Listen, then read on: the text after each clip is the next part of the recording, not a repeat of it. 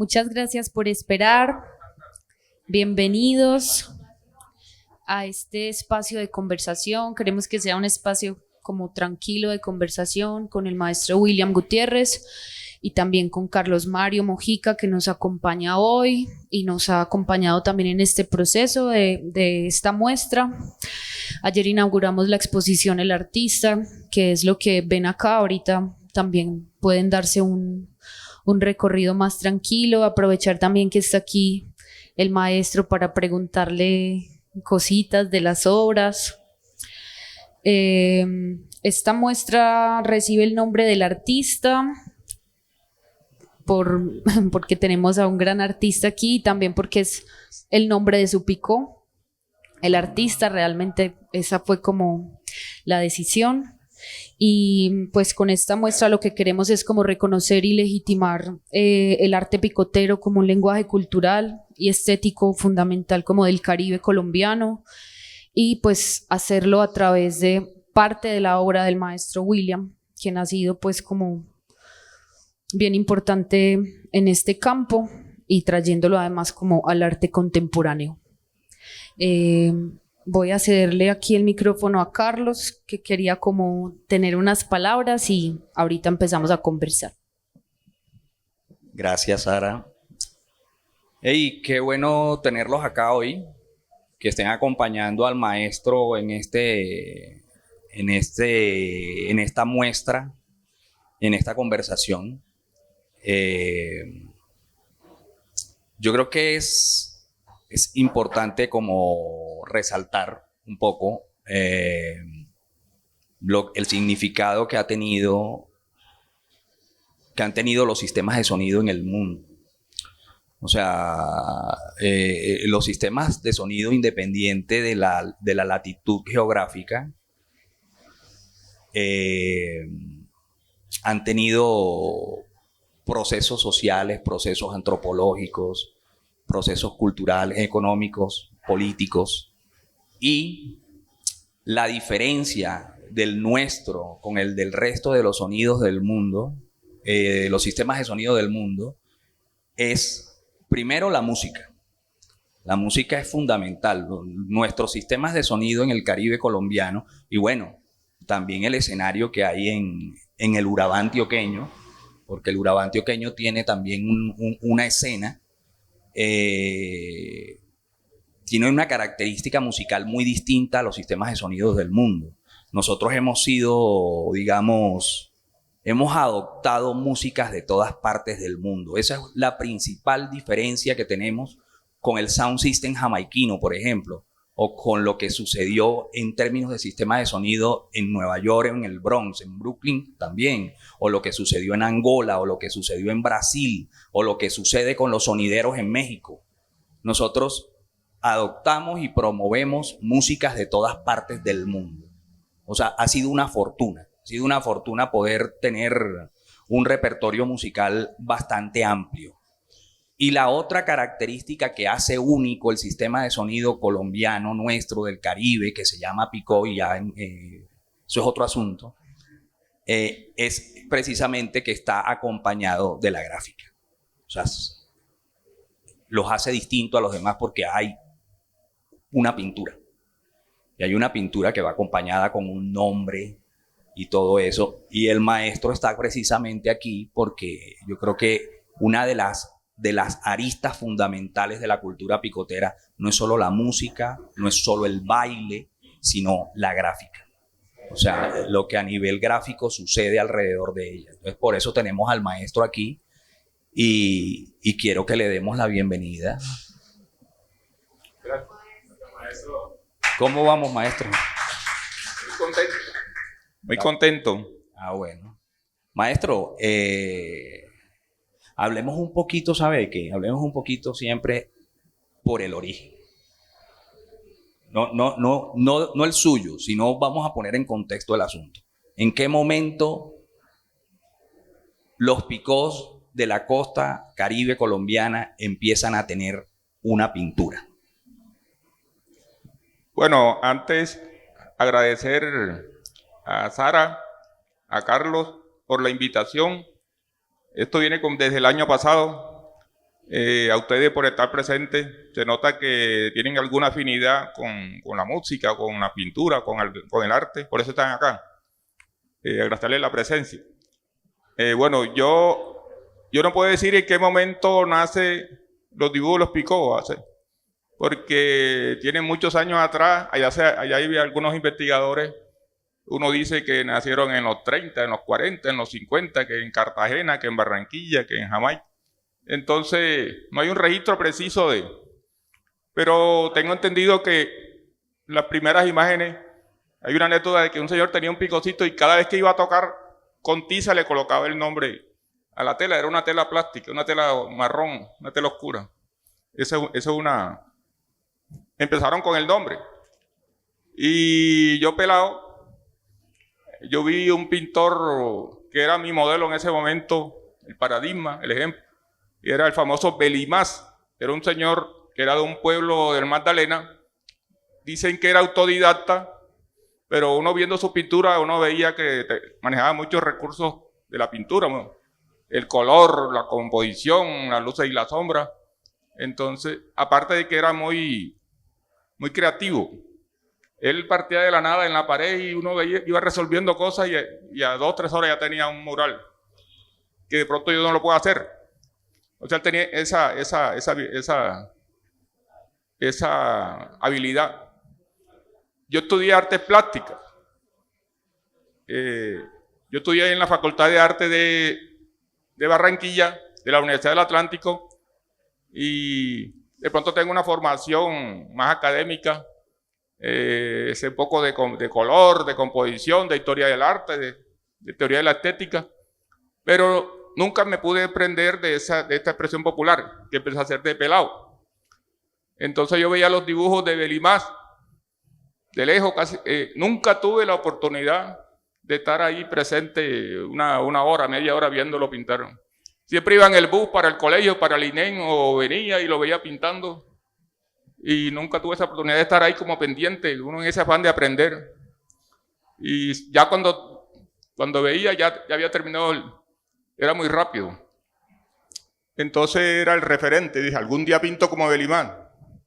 Y me ponía a pintar en mi casa, en la pared, en el patio, pintaba un pedazo de blanco y trataba de hacer cosas, pero tenía problemas de anatomía, problemas de dibujo, porque estaba en bachillerato, estaba muy pelado. Y ahí es donde decido que estudiara arte, porque uno debe saber de anatomía, de teoría del color, de la composición, de la luz y la sombra. Y seguí pintando, empecé a pintar los Picó de a poquito, y entonces estudiaba en la universidad y pintaba. Y nunca he podido dejar de pintar los Picó. Algunas personas me criticaban que un estudiante de arte plástica de la universidad y pintando Picó, o sea, subestimaban ese trabajo, esa expresión. Y yo a veces sentía también como algo de culpa, bueno, yo debería estar en una galería o viajando. Y hoy realmente doy gracias a Dios porque nunca me desprendí de eso. Hoy me siento orgulloso de haber hecho eso y siento que lo estoy haciendo bien. Y seguiré haciéndolo. Hoy me llueven encargos del exterior, me invitan a exposiciones en el exterior, aquí en Colombia como esta, en un sitio cotizado, con gente que sabe de... O sea, hoy le veo un sentido y me siento muy contento por eso. Belisario de la Mata, para ponerlos en contexto ahí con lo que está diciendo el maestro, Belisario de la Mata es Belismá. Y realmente, maestro, era como en Barranquilla fue de los pioneros. Sí. O sea, era un pionero que no solamente pintaba Picós, sino que también hacía los carteles de cine. Y además de eso, hizo portadas de discos también, en ese entonces. Tenía un taller en la 30 y tal como dice el maestro, uno pasaba por ahí y uno se quedaba mirando a Belismá pintar. Era versátil, siempre. Pero yo no sé, maestro, ya después cuando llega usted, ya yo cambié ahí como de bando. Yo me dije, yo voy para acá. Yo voy de este lado, claro, porque Belismá también pintaba mucho cualquier cantidad de bares y estaderos de salsa. Él era el que hacía las paredes, las pintaba, Belismá. Y en ese entonces, de todas formas, el maestro todavía era como el pionero, era el que estaba ahí. Maestro, ¿cuál fue el primer picó que usted pintó?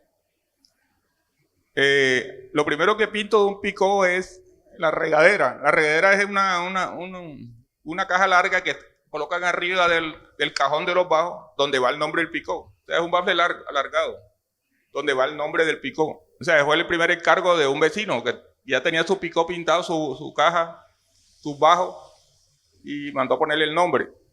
Nunca se me olvida porque cometí un error de ortografía. Y el picó se llamaba El Verdugo. Y yo coloqué Verdugo con B grande. O sea, porque hay un apellido Verdugo. Me sonó Verdugo.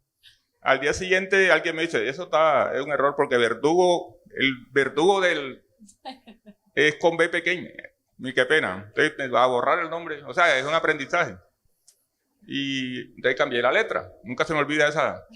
Y a partir de eso, ya un amigo que se iba a graduar de técnico de sonido, de radiotécnico, y entonces le hacía amplificadores artesanales, criollos. Él se iba a graduar de técnico y su proyecto era hacer un picó, su picocito. Entonces me encargó el primer dibujo. Yo demoré haciendo ese dibujo porque los ojos me quedaban grandes, me quedaba el tipo así como asustado, las manos, los dedos muy gordos. Entonces, o sea, es parte del proceso y uno va todos los días aprendiendo y todos los días va manejando recursos. Sin darse uno cuenta, uno también va haciendo los aprendizajes. Y se llamaba el Recio. Era un dibujo de un afiche de una película tipo Rambo en ese entonces. No tengo esa imagen, a veces me han preguntado, pero no. Como no existía, como ahora que todos tenemos un celular, una cámara, se me perdieron muchas imágenes. Trabajé un tiempo también haciendo los carteles de cine en los teatros de barrio. De pronto ustedes no conocieron eso. Antes existían en los barrios teatros, así lo abierto que llamaban. Y entonces me contrataron muy pelado. Yo hacía la publicidad en 2 teatros cerca. En uno lo hacía en la mañana, luego iba al colegio en la tarde al INEN y cuando regresaba al INEN en la noche pintaba en el otro. Todos los días. Es una cosa, una disciplina de todos los días.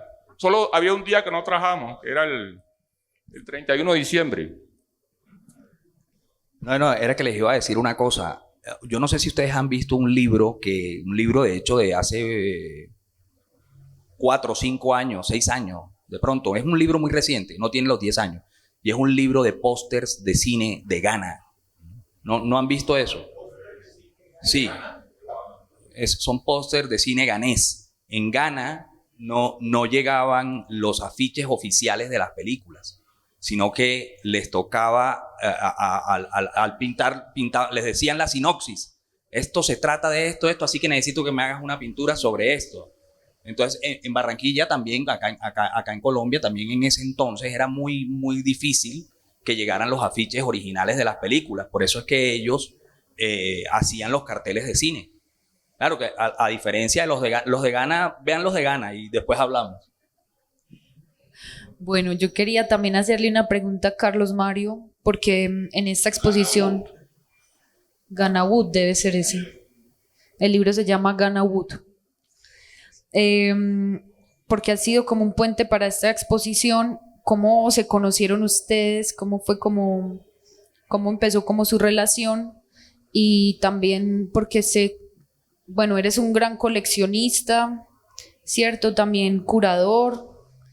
¿Por qué piensas tú? ¿Por qué llegaste también con esta idea de estas obras hay que mostrarlas, ¿cierto? Como, ¿qué destacas tú de las obras de William? Bueno, al profe yo lo conozco porque hay dos... fue profesor de mi hermano porque mi hermano es artista plástico también. Usted fue profesor de mi hermano, ¿cierto, profe? Él fue profesor de mi hermano, ahí está la primera conexión, pero el que fuera profesor de mi hermano no era tan allegado.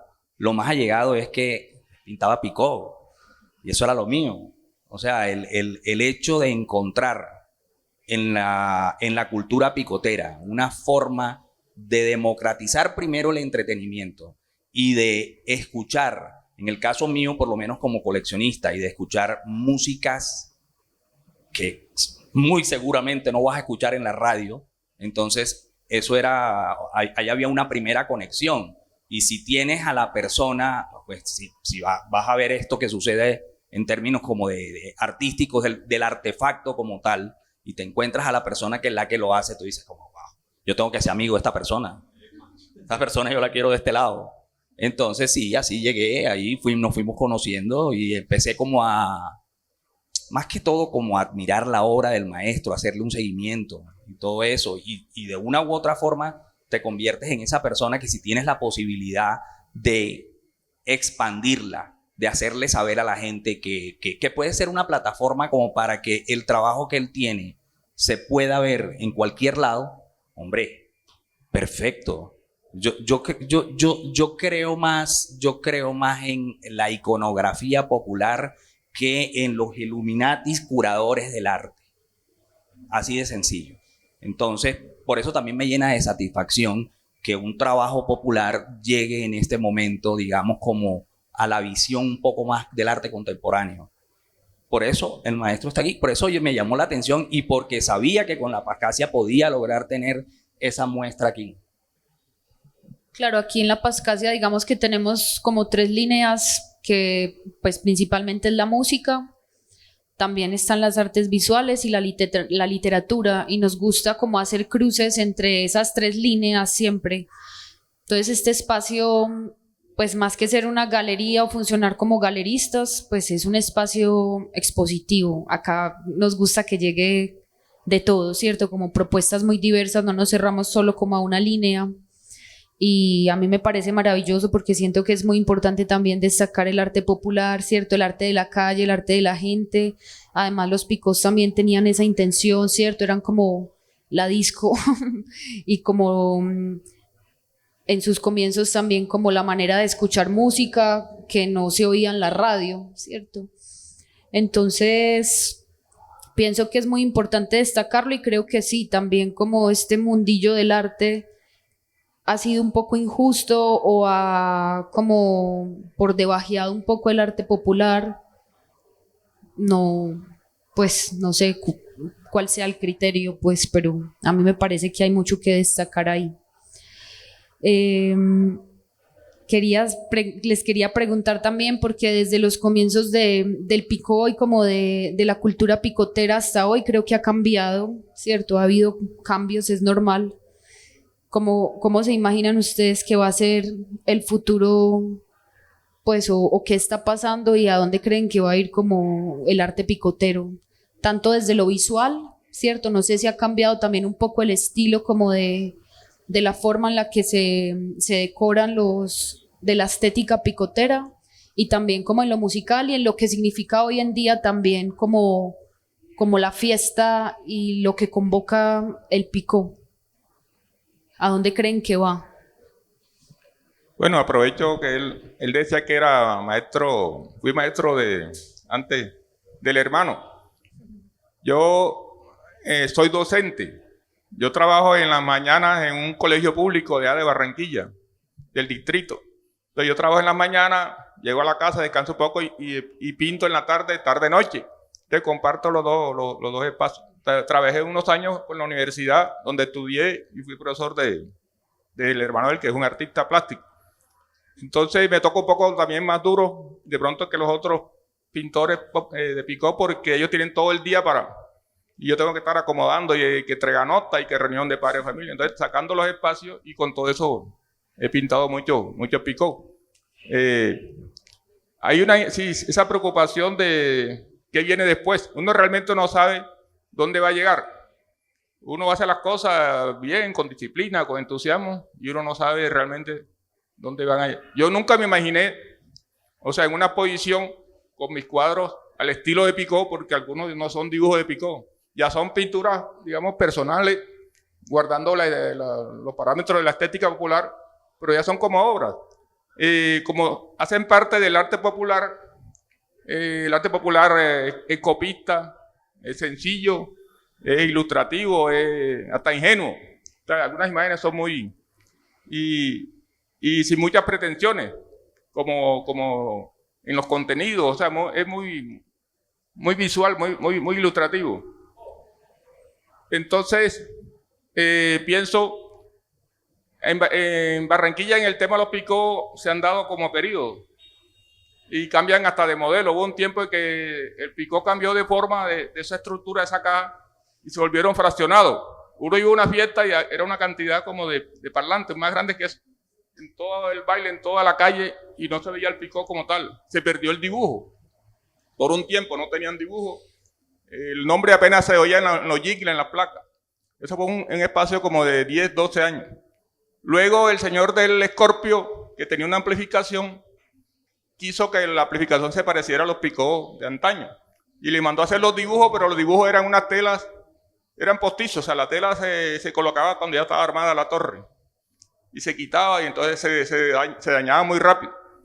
De ahí, luego desaparece el turbo como tal, por un tiempo. Y aparecen los mini picó, que eran unos picó pequeñitos, una caja de un parlante, y eran réplicas de los picós antiguos. Había un señor en Soledad que tenía varios mini picós que eran de él, el Gran Torre, el Fidel, el Chibanicú, y él hacía en un parque como un festival de mini picó, y ahí volvió otra vez a correr fuerza el tema de los turbos. ¿Qué es un turbo? Un turbo es una caja grande llena de parlantes, eso es lo que decimos turbo, que es diferente al picó fraccionado, que es el picó tipo amplificación de orquesta, que tiene módulos, los bajos, los medios. Entonces hay como dos sistemas de picó, los turbos y los fraccionados, que son las torres de las paredes. Entonces, a partir de esos mini picó, vuelve y toma fuerza el turbo y el dibujo como tal. Me coge esa época todavía activo, y por eso tiene como casi 15 años, que se dio esa segunda fase de los picó con dibujo, y hasta el sol de hoy estamos pintando. Yo fui de los pintores antiguos, que todavía estoy vigente. Ya han salido muchos pintores, muchos jóvenes buenos, o sea, que han ido haciendo escuelas y también están pintando. Que en Barranquilla hay mucho picó y en Cartagena uno no da abasto, y ya hay buenos, una camada buena de pintando. Sí. Hay pelados que ya pintan muy bien, inclusive me llaman, me preguntan, y como en ese apostolado que ya yo siempre les explico de las técnicas, los materiales, y ahí están, ya hay escuelas. Ahí, maestro, con respecto a esa pregunta de Sara, es como muy incierto realmente, porque hombre, los picós definitivamente se originan, los picós no se vuelven lo que son en este momento, pero en aquel entonces la pintura obviamente era característica. Ahora, no era una pintura tan explosiva como esta, o sea, sí era explosiva, pero no llegaba a este nivel. ¿Sí me entiendes? Y a pesar de eso, a finales de los 80, finales de los 80, cuando el formato análogo, que son los discos de vinilo, que son fundamentales dentro de la cultura picotera, empiezan a desaparecer y llega una nueva era digital, que es la era del compact disc, y ya aparecen picós con reproductores de CD. En ese momento, como dice el maestro, la pintura desaparece. Solamente queda el nombre arriba. O sea, ya la pintura no era como tan... ya no era tan llamativa. Ya era como que ya nadie le prestaba atención a la pintura.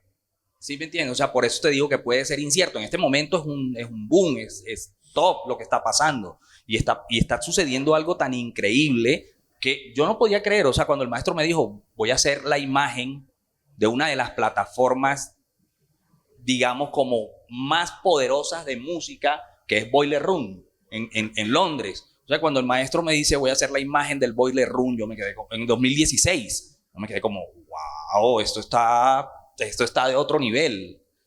Y aparte de eso, empiezan a salir portadas de discos también en Europa, y se empiezan a mover carteles y se empiezan a mover cosas dentro de plataformas musicales de las que nunca esperarías que iba a pasar eso. Entonces sí, existe en este momento ese boom, pero también es un momento muy incierto porque todo es tan vertiginoso, todo es tan cambiante. En este momento está pasando y es maravilloso que pase, pero no sé qué pueda seguir pasando. Y ahí retomo yo y le quiero preguntar al maestro precisamente sobre eso, sobre ese cambio, porque sí es un cambio fuerte en términos visuales, maestro.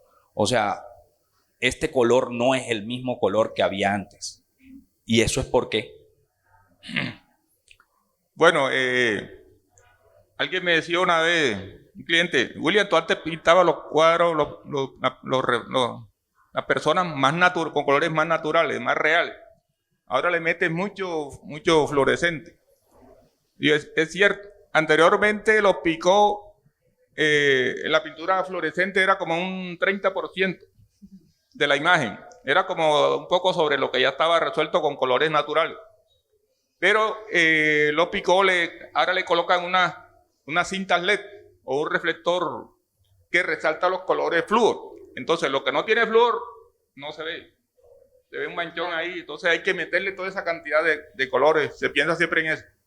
Y entonces uno ve amarillo por todos lados y no se ve casi nada en blanco, en colores sobrios, porque el momento de que tenga una luz, no se va a entender la imagen. Entonces, ahora, o sea, están saturados, pero es por el hecho de que ahora todos llevan esa cinta LED o un reflector con una luz azul que resalta esos colores. Y entonces uno inclusive tiene que hacer pruebas con la lámpara porque de pronto lo que uno hizo con la lámpara no funciona. Entonces, como probando los tonos que corresponden, porque si no se enreda la imagen. Aquellos cuadros que están al fondo fueron un encargo para un artista alemán. Antes de la pandemia, él era un proyecto él es como DJ. Es un proyecto de funk alemán. Sí. Y entonces alcanzamos a hacer 4. Yo hice 4, cada imagen esa es la portada de un disco. El proyecto eran 10, pero cuando íbamos por el cuarto se metió la pandemia y hasta ahí llegó se cerró todo, Europa, todo y solo se hizo esos 4. Ahorita también un compañero preguntaba el mono de Australia, el Picot el mono. En Australia esos amigos tenían una amplificación como la hay en todos los países, con módulos. Pero ellos querían que se pareciera a un Picot de Barranquilla, de Cartagena. Y con tiempo me contactaron, fuimos trabajando y en unos carnavales se presentaron por el dibujo, vieron los carnavales, vieron toda la dinámica de los Picot en Barranquilla y se llevaron su Picot enrollado en un tubo. Es un dibujo inclusive más alto que los Picot de Barranquilla. Tiene como 2,50 metros el mono. Y así han venido varios clientes del exterior, vienen expresamente a Barranquilla a hacer el dibujo. Y allá arman su caja y por ahí está uno del más reciente, es el Mastodonte en París, de un chileno, de origen chileno que vive en París, que tenía un sonido y estaba pendiente de hacer su Picot y ya lo hizo y ya sonó en una plaza de París. Entonces, de alguna manera estamos vendiendo esa imagen, ese estilo de Picot. El único Picot que está fuera de Colombia, que no tiene una pintura hecha por el maestro, es el Turbo Maradona de Torino, Italia. Pero el Gran Mono en Australia, esa pintura es del maestro. La Zaramulla de Grecia. En Atenas, no solo la pintura es del maestro, el Picot es 100% barranquillero. El Picot se construyó en Barranquilla y viajó en barco hasta Atenas. Entonces sí, es un Picot 100% barranquillero y la pintura es del maestro también. Y creo que la timba de Barcelona también. La timba de Barcelona, hay uno de Madrid, el Emigrante. El Baobab en Holanda. El Baobab de Ámsterdam. Pues es realmente un pueblo que queda a 1 hora de Ámsterdam, pero también el Baobab, que la pintura es del maestro. Bien, ¿estamos bien? No. Estamos bien. Estamos bien. Hay una pregunta, maestro, que yo me acuerdo que yo le pregunté al maestro una vez, Máster, ¿cuál es su obra plástica? O sea, como artista plástico. Me decía, no, es una obra plástica porque esto es lo que él hace. Y a mí me llena de felicidad que su obra plástica en este momento sea esta. ¿Sabes? ¿Sí o no, maestro? ¿Cómo se siente usted con eso? Uno generalmente en los Picot pinta lo que pide el cliente. Ahora ustedes vieron por ahí la lámina. Los temas que más solicitan los clientes son los retratos o los personajes tipo Rambo o lo que está de moda, los dioses mitológicos. temas que sugieren fortaleza, fuerza, el poder del Picó. Es porque los Picós de una u otra forma tienen como esa característica como de fuerza, como que aquí llegué, aquí me quedo y esto es fuerte, entonces, de competir. Entonces, por eso generalmente los nombres de los Picós son el timbalero, el huracán, el ciclón, ¿sí me entiendes? O sea, son como aparatos con poderes sobrenaturales, como el Kong, por ejemplo, que es un King Kong. Ese tipo de cosas, pero eso son pinturas que el cliente quiere hacerlas, como también hay otros que no quieren eso, sino que quieren al gran Fidel, en honor a Fidel Castro, al gran Che, en honor, o otros que simplemente le ponen el escudo del Junior. Sí, o sea, todo es como muy variado, y además de eso también era como muy fundamentado en películas de acción y de serie B que en ese momento, en los 80, estaban como muy en boga, ¿sabes? Pero, bueno, el maestro quiere hacer un trabajo que no sea necesariamente como que lo que pida el cliente. Entonces, siempre era complaciendo al cliente. O sea, nunca tenía un espacio, porque no lo hay, para ponerme a pintar cosas mías. Entonces, a partir de esta exposición, dijimos, bueno, vamos a hacer unos cuadros que ya no sean el dibujo de un Picó, sino que sean cuadros como tal, pinturas como... Y algunas ideas que yo tenía de ese, por ejemplo, ese del tamborero. Hice un montaje de una imagen de internet donde hay un tipo tocando un tambor y le puse la cara de Batata, un reconocido tamborero del Caribe. Y esta imagen que está aquí del señor rapero, o sea, siempre me gustó esa imagen, el gesto, todo, o sea, la imagen como tal. Uno a veces, ahora con el tema de la inteligencia artificial, salen muchas imágenes que parecen dibujos de Picó. Y uno pide una composición y se la arman. Entonces, uno siente también ese temor que de pronto sintieron los pintores en la antigüedad cuando se inventó la fotografía. Bueno, ya hay una máquina que capta la imagen y mire que el arte no se acabó. La pintura fue cambiando de formas y de estilo, pero el instrumento, la cámara nunca acabó con la pintura. Y además de eso también se convirtió en ese, o sea, ya el Picó no solamente lo buscan por la música que tenga, porque eso es claro, o sea, yo no voy a ver un Picó que no tenga música, créeme, yo voy a ver un Picó que tenga música pero que también tenga una pintura del maestro. Una imagen. O sea, si la pintura es del maestro hay que verla. Son imágenes muy fuertes, entonces quise el Ray Barreto, esa imagen de una carátula, un disco, estos personajes de Furco y sus tesos, entonces le hice esa composición toda psicodélica y ahí está. O sea, mantiene la estética popular, pero ya es como una pintura personal que de pronto alguien se enamora y la compra. Se la lleva. Ayer llegó un señor en la exposición, creo que fue como la primera que llegó, el señor Mayor, y directico se identificó con ese, hasta preguntó precios. Entonces cada quien tiene su gusto, y de pronto ustedes se imaginan otra pintura que a ustedes les guste, y ya sí podría ser de pronto como un encargo, pero ahora la idea también es quitar los Picó y también ir haciendo poco a poco cosas mías, que se puedan llevar a otra exposición.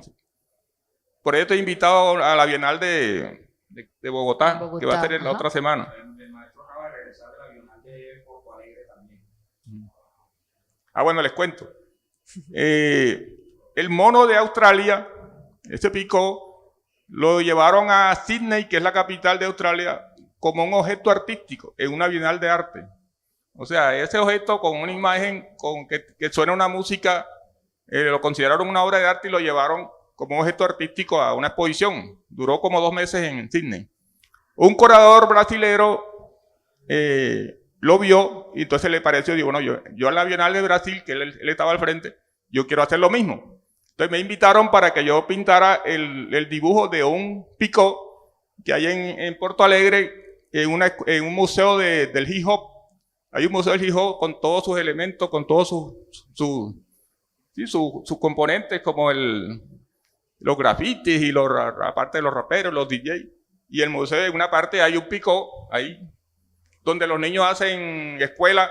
Me llamó la atención un curso de niños recibiendo clases de un DJ profesional, haciendo todas esas mezclas y las cosas. Unos niños con su uniforme en el colegio, porque allá es muy fuerte el hip hop. Entonces uno todos los días aprende cosas. Y ahí está el Picó, que yo pinté como el objeto artístico. O sea, mi obra era el dibujo del Picó. Armaron el Picó, la caja con su nombre y todo, como los Picó de Colombia. Y está ahí en el museo Entonces ya lo ven como un objeto artístico. Claro. Bueno, vamos a abrir un espacio por si tienen preguntas. No sé si alguien quiere preguntar algo. Claro que sí. Yo soy un poquito... Los Si picos he perdido el 50% de la audición. Ok. Listo, maestro. Bueno, primero que todo, también gracias a La Paz Casia, a Lirio, todo por darnos esa oportunidad acá de poder compartir. Maestro, quería hacerle una pregunta con todo lo que he escuchado. Bueno, realmente, pues primero siento que, bueno, usted no identifica los picó, creo que es algo que podemos decir que es netamente de nosotros, ¿cierto? Estaba mirando ahorita, no creo que en otra parte del mundo pinten los sonidos o le pongan gráficas, ¿cierto? Si no me corrige, porque creo que no he visto otra parte. Yo empecé conociendo los sistemas de sonido, lastimosamente digo más por fuera que por los de acá, ¿cierto? Primero conociendo los sistemas de sonido jamaiquinos, que tienen una diferenciación porque están más basados en la construcción de sonar bien y sonar para el reggae y sonar para eso. Pero claro, comienzo a ver este tema de los picó acá, y más que ver música, primero que destaca que es nuestro folclore y nuestro arte, ¿cierto? Es como Colombia, el Caribe y todo eso. Pregunta, maestro, es de pronto, a ver, primero, el impacto que tienen los picó en Europa lo entendemos que es por el folclore y todo esto, y en este momento estamos en un boom, ¿cierto? Siento que ahorita desde afuera esto está causando... Usted como artista, como gestor de esto, ¿qué cree que nos falta acá, de pronto, maestro, a nosotros en Colombia, donde nace esto, para que le tengamos mucho más amor a esta cultura y que no nos enamoremos ahorita simplemente porque vemos que está en un boom en Europa y que comencemos a vivir esta cultura y que no se pierda, ¿cierto? Que se fortalezca, como el consejo que usted nos da para que esta cultura siga funcionando y que no crean, es que esto solo es de la costa y eso es champeta, no, eso es Colombia. Entonces, arte que estamos exportando, pero que nos arraiguemos más y que nos sintamos más orgullosos de este tema de la cultura picotera que finalmente es nuestra cultura colombiana. Bueno, hay unos aspectos, podemos decir, negativos de la imagen del picó.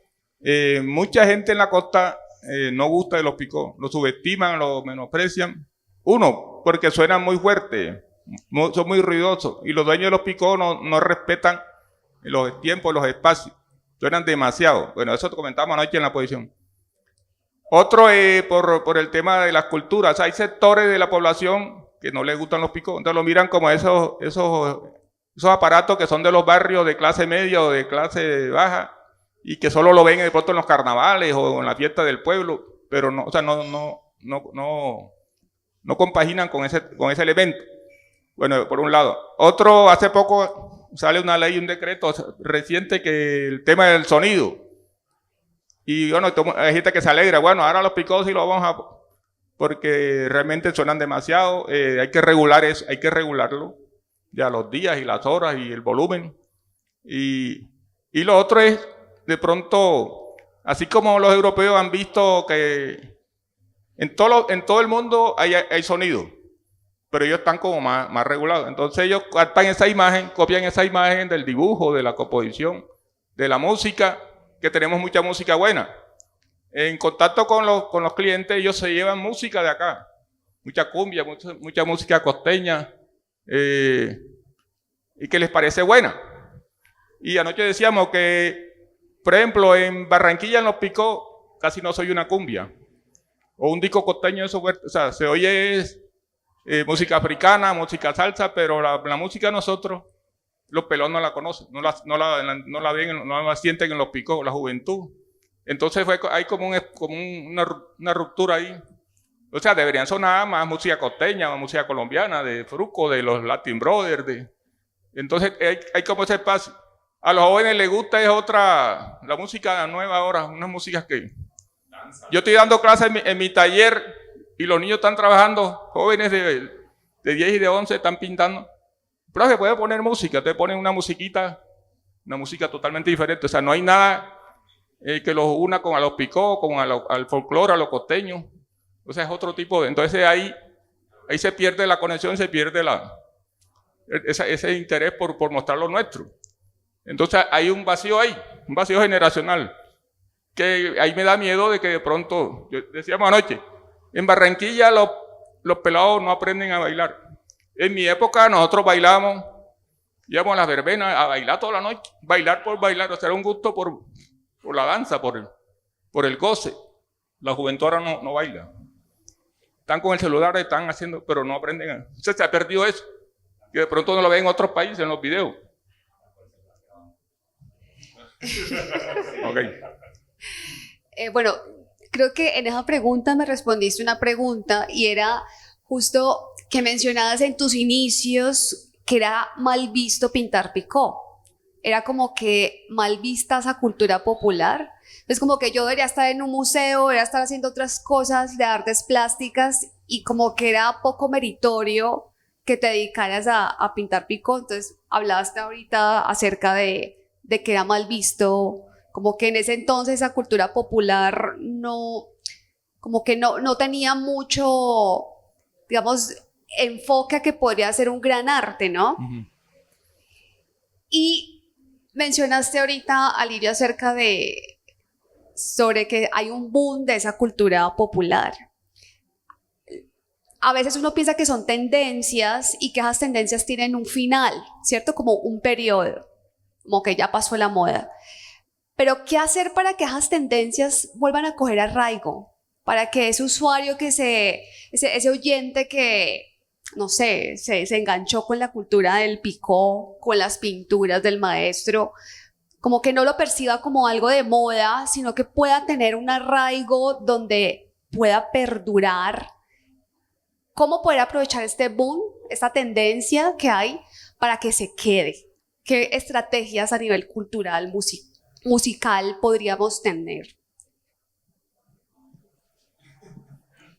Desafortunadamente nosotros siempre hemos necesitado del aval de terceros. Así es. O sea, la champeta era champeta en ese entonces, eran champetúos y era musicalmente la música de lo populacho, hasta que los monos les pareció que sonaba bacana en una discoteca en Londres. Y ahí en ese momento la champeta se volvió top en Colombia. Así de sencillo. Y lo mismo pasó con el funk carioca en Brasil, y lo mismo pasó con el kuduro en Angola, y lo mismo ha pasado con la salsa. O sea, estamos hablando de ritmos musicales que son más proclamas populares y que necesitaron el aval de otros para que le pudiéramos dar el valor que siempre han tenido. Pero es que así hemos funcionado nosotros, necesitando el aval de terceros. Ahora, ¿qué podemos hacer?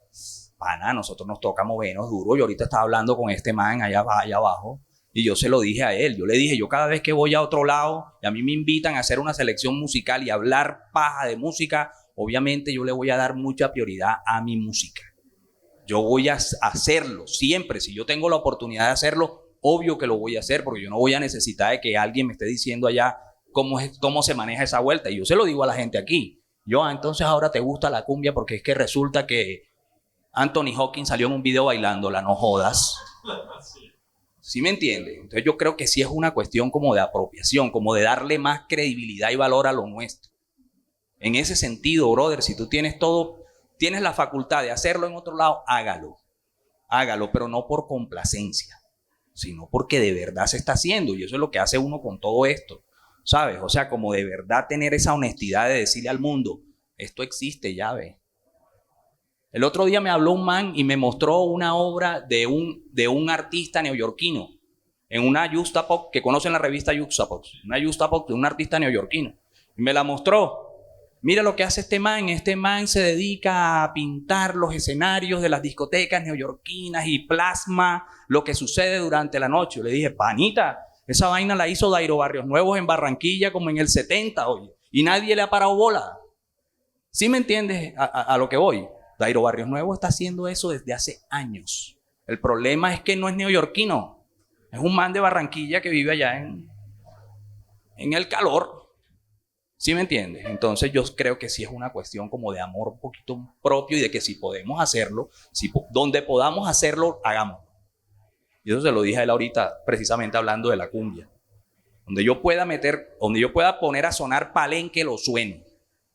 Si tengo esa oportunidad, y el maestro lo está haciendo con su trabajo también, ¿sabes? Entonces yo creo que todos tenemos la capacidad de hacer eso, ustedes con el proyecto que tienen. Así que eso es lo que tenemos que hacer. Meterle como más fiereza a la vaina, creer un poquito más en lo que estamos ahí, en lo fértil que somos, porque eso somos. En términos culturales, en términos musicales, en términos artísticos, somos la fertilidad plena. Pero no hemos creído. ¿Sí o no, maestro? Hablé mucho. Y tenemos que hacer escuela, o sea, con los niños que aprendan también. Yo trabajo en una institución donde los alumnos de bachillerato tienen la oportunidad de escoger entre varios énfasis, uno que es de arte. De aquellos alumnos que les gusta dibujar y pintar, escogen arte. Entonces tienen 2 años donde están profundizando en pintura, en dibujo. Y entonces ellos están haciendo su ejercicio y yo estoy a un lado también a veces pintándola y me ayudan y se interesan. Uno va viendo que... Pero, como decía ahorita, de pronto el papá no le gusta que el pelado se ponga a pintar picó. Es más, a mí me grabaron en una fiesta de una verbena de picó. Me grabaron casualmente con mi señora bailando. Ella me cogió a bailar y nos fuimos a bailar. Los pelados vieron el video. Profesor, usted es verbenero, usted anda en los picó. O sea, es una cosa así muy marcada. O sea, me trataban como de hacer sentir culpa no, yo tengo un picó también. Y yo de pelado fui picotero y entonces de alguna manera le han vendido esa idea de que el picó es por las peleas y por droga y en todas partes hay droga y en todas partes hay problemas. Entonces, un tema cultural. Tienen que venir la gente de afuera, hacer los encargos y cuando ven esos picos para darle ese valor de pronto que acá no le damos. Una estigmatización, pero hasta el infinito. Es que es lo mismo que pasa con la cumbia ahorita, la hemos tenido todo el tiempo, pero como viene el boom de Europa para acá, ahora sí mucha gente de cumbia. Pero la tenemos hace años, desde los papás y no la damos, porque ahorita la vida. Toda la vida estaba acá. Entonces yo creo que los picos es esto, una representación folclórica. Claro. Y es nuestro, o sea, de pronto nos da pena a algunos o a algunas personas, pero en carnaval o en una fiesta se lo gozan. Allá hay un pico, el Gran Lobo. Fue de un joven que también fue alumno mío en un colegio en Don Bosco. Él era muy inquieto, es músico. Y él hizo un pico donde la música es totalmente crossover, variada. Los picos generalmente se van por un lado de la música africana, de la salsa y poca música vallenato y poco costeño. Él pone de todo. Y él toca en barrio Santo Domingo, un barrio muy popular, y toca allá en el country, que es lo pupi allá en un matrimonio o en la playa. O sea, él ha logrado meter el picón en diferentes, y tiene mucho. Y entró a Cartagena, que Cartagena ellos son muy fregados con su música de los picos, y lo puso a bailar la música costeña. Y los discos esos que ya nadie sonaba, y entonces sí se puede. Lo que es que a veces hay un marcado como la tradición y entonces él dijo que él se propuso y rompió eso. Él entra a Cartagena casi todos los domingos, donde ya nos picó, la gente no bailaba a los mayores porque era pura champeta criolla. Y entonces también lo que dice ella, de pronto con un poco de... O sea, ¿qué hacemos para que mejore esa imagen? Sí, tú ibas a hacer otra pregunta. Adelante. Maestro, muchas gracias por venir y compartir. Y sigo tu trabajo hace un montón de tiempo, te felicito, te admiro un montón.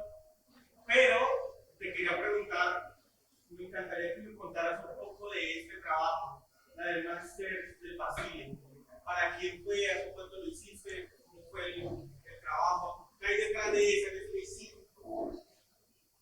Bueno, por ejemplo, esa composición, cada composición de esa era la exigencia de ese cliente.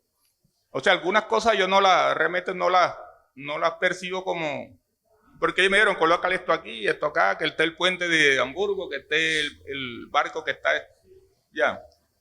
Y entonces, ellos en cada composición me sugirieron los elementos. Es más, en la última, creo que esa me mandaron ya prácticamente el montaje.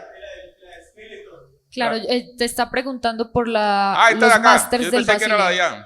allá. Ya, ok. Esas telas, en Barranquilla había un grupo que se llamaban Todo Mono. Inquietos también. Ellos me encargaron 5 pinturas donde tomaban la imagen de un pico, del timbalero, que es un pico tradicional, pero entonces lo cambiaban por personajes de los cómics. Y esas pinturas estuvieron aquí en Medellín en la primera visita que hicimos. Nosotros hicimos una primera muestra hace 8 años. La pintura original, entonces. cada dibujo de eso era, reemplazaban el personaje tradicional del pico por un personaje de los cómics. Ellos también manejaban el tema del diseño y prácticamente me daban la composición. Que vaya que este personaje, Skeletor creo que era, y el otro, el Gran Torre, le colocaban una serie. En realidad era los Masters del Universo. Masters of the Universe. Los Masters del Universo, Sí. Entonces sí, fue una serie. Ellos tienen los originales, son de 1 metro por 70. Son 4, ahí esa es una. Pero en realidad son 4. Entonces, esa era la imagen de un pico, el timbalero de Barranquilla, pero entonces le cambiaron los elementos de... Sí, eso, de pronto allá sacando un poco la creatividad, en este caso, del cliente. Yo no quiero que me pinte, sino que me ponga estos elementos de los cómics, que para ellos eran representativos. Y como ellos son de otra época, otra generación, algunos yo tenía que explícame quién es este y quién es él, para poder hacer. Hay uno que tiene el Gran Pijuán, que es como la guerra de las galaxias, de la imagen.